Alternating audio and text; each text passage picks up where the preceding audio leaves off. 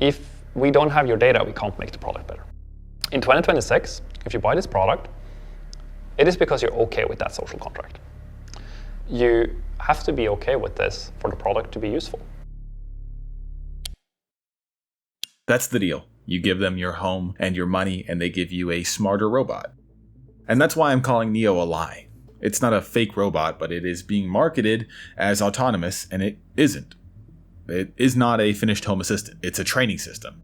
And if you're one of the first buyers, you're not just the customer, you're also the data source. You are, in essence, the product. But before we talk about privacy or security or any of Neo's other flaws, we need to define what autonomous actually means for robots. So imagine a future in which you have a real autonomous robot. So a robot that can basically do any task you ask of it. And it does those tasks without you micromanaging it. So if we're talking about a robot in the home, you shouldn't have to tell it to wash my dishes and then fold my laundry and then vacuum the living room.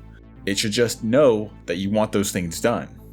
So you would set up what you want done once, and then it would just do that for weeks or for months or until you intervene. What that means is you need to have a way to create persistent household policies. So like after you eat a meal, the robot should know to wash your dishes. When the trash gets full, the robot should be able to identify that and then take the trash outside. If I have to tell it to vacuum every time the floor gets dirty, it's not autonomous, it's just voice-controlled labor. So with that in mind, let's compare that to Neo. First of all, Neo isn't even on the market yet. It's a pre-order product. The company behind it, 1X, is currently trying to raise over $1 billion to develop and then scale this thing.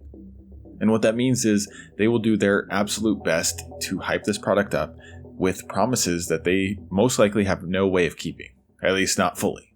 Because the more interest they gain in Neo, the more money they can obtain from investors. Now, obviously, that's not anything new in tech. Basically, every tech CEO seems to make ridiculously overstated claims to keep their investors and their customers interested. But it's important to keep that in mind when you listen to what the company says Neo can do. Bernd Bornick, the CEO of 1X, hopefully I said his name right, it's Norwegian, has stated that when Neo enters homes by the end of this year, it can do most things autonomously, but it's not necessarily going to be to the quality that you want. But if you look at their demos, which take place in ideal home conditions set up by 1X, the opposite is almost always true. Almost nothing is done autonomously, except for opening doors and walking from place to place. And for the tasks that you want done that it can't do autonomously, like loading a dishwasher or folding laundry or organizing cabinets, you have to schedule someone, called a 1X expert, to teleoperate Neo. What that means is, if you want Neo to do something, you would have to make an appointment for someone to log into your robot, put VR goggles on, take control of it, and then try to do what you want. Just imagine the inconvenience of having to check a stranger's calendar before you can get your dishes unloaded. So you're basically outsourcing housekeeping in the most inefficient way imaginable. Instead of just folding your laundry, you're paying for an, at this point, quite clumsy robot operated by a faceless employee to do it at some later time. I mean, look at Neo folding laundry. Ask yourself if you would be happy with this. And the idea is, with the teleoperation that these 1X experts are doing, they'll be collecting data that they can then train Neo with so that it can one day do these tasks on its own without any intervention.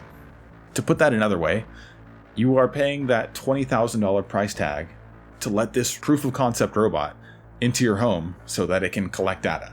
That is its explicit purpose. Every time a 1X expert takes control, which will clearly be often, that's what's happening. Now, don't get me wrong, data collection is not really anything new.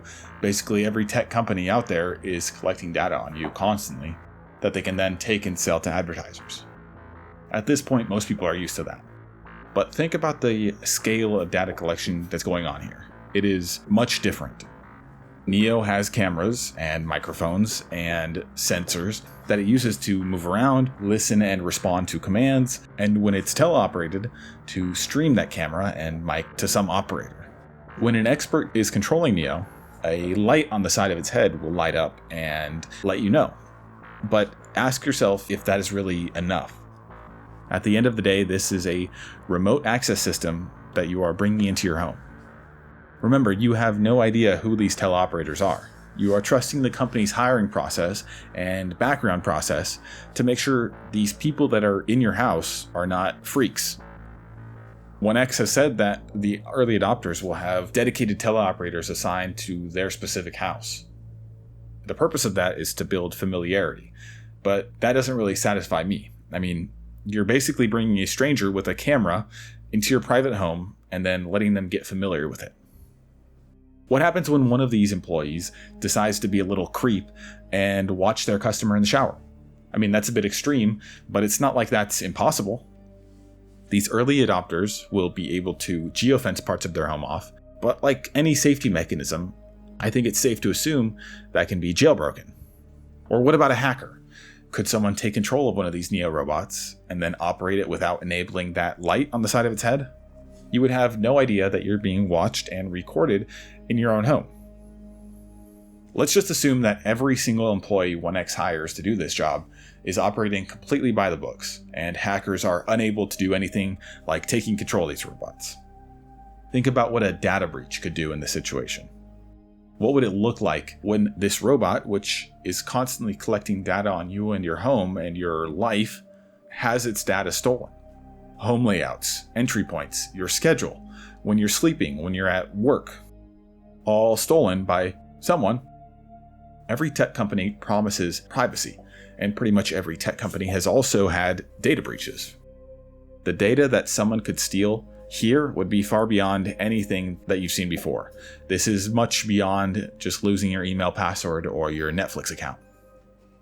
Okay, so I've gone through a lot of the downsides of Neo and their strategy as a company. And you might be saying, this is absurd. Why would 1X be doing all of this? Well, the reason 1X is doing this is because robots do not scale in the same way as software. They don't have access to data like ChatGPT or Gemini. There is no existing collection of data that they can pull information and training from. So these robots have to get that data in some way, usually through training, like teleoperation or simulation. And it is very complex data. How to move your hand, how much force to apply with each finger so that you can grab something and hold on to it without breaking, and so on. The idea here is 1X will use you and your home to collect that data and improve their robots. So yes, using early adopters to collect real-world data makes sense. With enough time and with enough experience and money, I have no doubt that these things will improve. The question isn't whether a system like this works. You just have to ask yourself if you would be comfortable being the data source that's being harvested. Really, if there's anything you take away from this video, it's that Neo is not what its creators are trying to portray. It's not autonomous. You're not buying an efficient home assistant. You're outsourcing home chores to a robot that is being controlled by some human, possibly thousands of miles away. And as they control Neo, they are collecting data on you and your home and your personal life. I'm not anti-robot, as you may have seen by my channel's theme, and this is a serious stepping stone towards real autonomous assistance. This is what early looks like in the robotics industry, but do not mistake it for the future.